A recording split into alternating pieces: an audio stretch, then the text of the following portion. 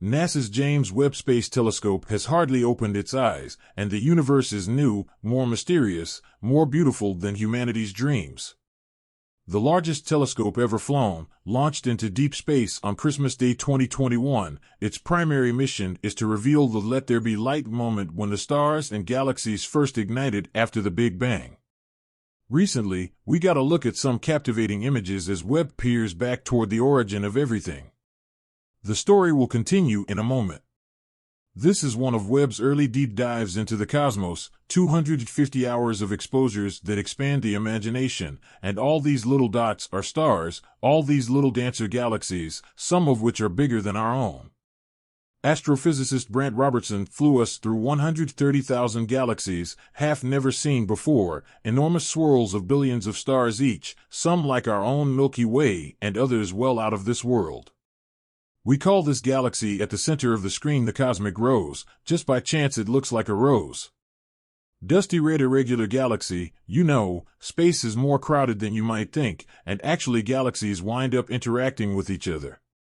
They actually will merge together, so I'm zooming in now on a pair of galaxies that are merging together, interacting. You can see that they're disturbed because the gravity of one galaxy yanks the stars out of the other galaxy. They're running into each other. Robertson of the University of California, Santa Cruz helps lead Webb's most ambitious mission, the Advanced Deep Extragalactic Survey. Well, we've discovered the most distant galaxy in the universe, the one that is the furthest away from us that we currently know about. I'd like to share that with you. Can I show you some pictures? I'd love to see it. So as we zoom in, we keep going, and now this red splotch that you see there, that galaxy is more than 33 billion light-years away. How long after the Big Bang, the beginning of the universe, did this galaxy form?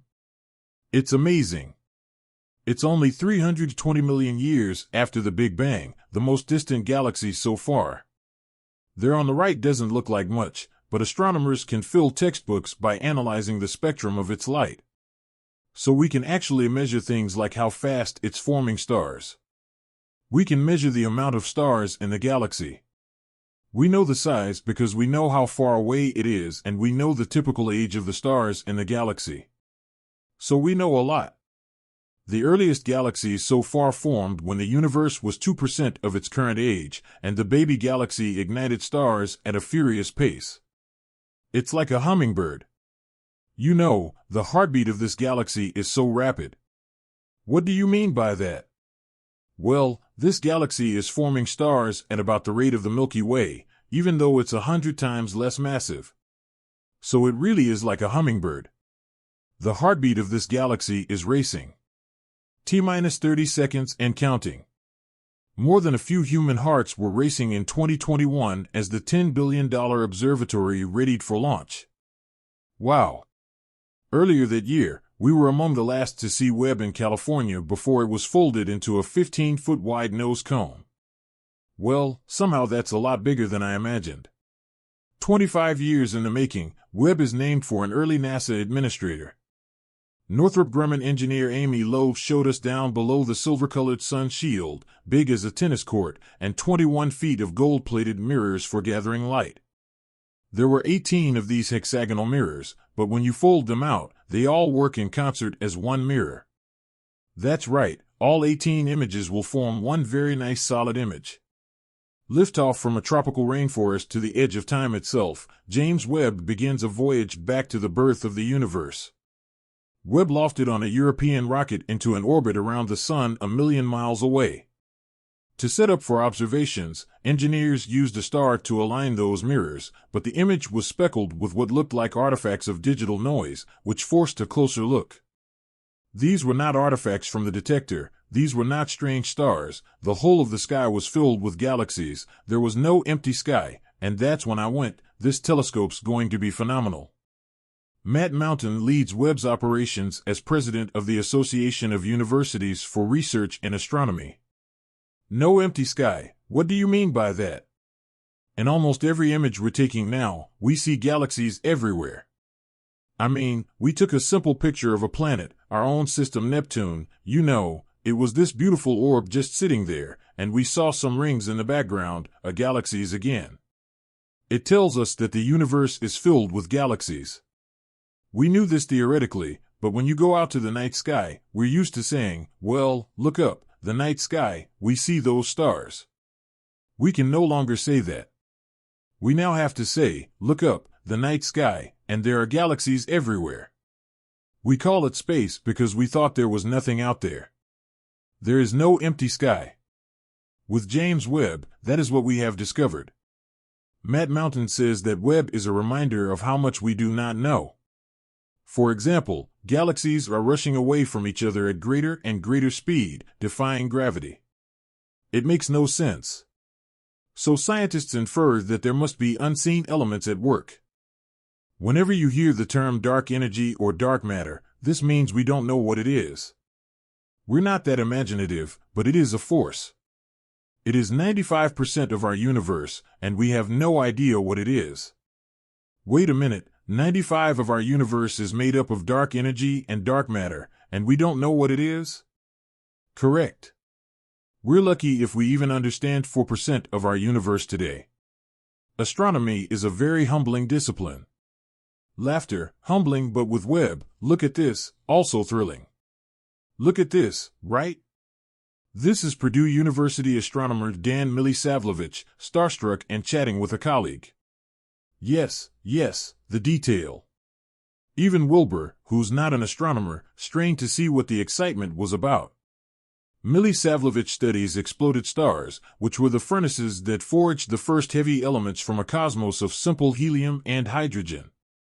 Every time there's a supernova explosion, it's producing the raw materials for life, the iron in our blood, the calcium in our bones, the oxygen that we breathe. Love that oxygen. All that is being manufactured in supernova explosions. The late astronomer Carl Sagan used to say, we're all made of star stuff. That's exactly right. Webb reveals unprecedented detail at the center of these explosions, and that's what Webb is most sensitive to, for our purposes understanding what's happening inside the explosion that we couldn't see before because it only comes out in infrared light. Infrared light is what Webb is designed to see, like a night vision camera. The telescope is sensitive to heat radiation, which is all that remains of the light reaching us from the dawn of time. Trouble is, infrared is invisible to the human eye. When you first pull up the Webb data, what does that look like? Essentially, it looks like a blank screen. Elisa Pagoni and Joe DiPasquale are astronomers and science imagers for the Space Telescope Science Institute. This is what a Webb infrared picture looks like until they match the data-filled darkness to colors of wonder. So we take those longest wavelengths of infrared light and give those the red colors. The next shortest wavelengths would be green, and then the shortest wavelengths that we get from Webb are colored blue. So just like how our eyes work, we take those three color channels, combine them together to create the full-color images that we see from Webb. Among their favorite images is this cluster of stars with the not-so-wondrous name NGC 346. Cosmic dust sculpted into ripples by interactions between stars and the Tarantula Nebula, a star-birthing nursery on a backdrop of galaxies. It occurs to me you're the first two people to see these images in human history. Yeah, it's quite an honor. It is a great honor, and it does blow your mind every time. There will be many mind-blowing revelations.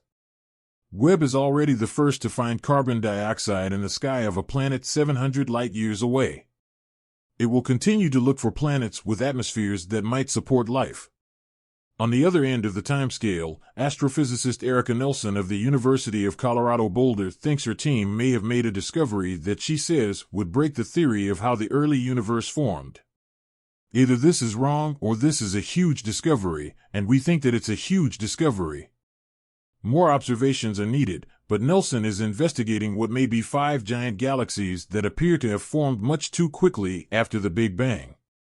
If they're confirmed, astronomy may have to revise the timeline of galaxy formation, and that's the most exciting piece of this telescope, of this remarkable instrument we put in space, finding things that we didn't expect, that we can't explain because that means that we have to revise our understanding of the universe. Brent Robertson, who showed us the earliest galaxy found so far by the James Webb Telescope, told us the record for the earliest will not hold long. How far back can you go to the origins of the universe? Well, JWST is so phenomenal that if you spend enough time, you could probably find any galaxy that ever formed in the universe.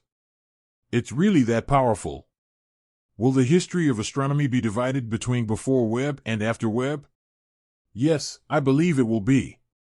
Matt, who manages Webb operations, told us the observatory may last up to 25 years, perhaps long enough to comprehend space and time and the origins of life. We're seeing a universe we've never seen before. We thought it was there, we hoped it was there, but now we see it for the first time.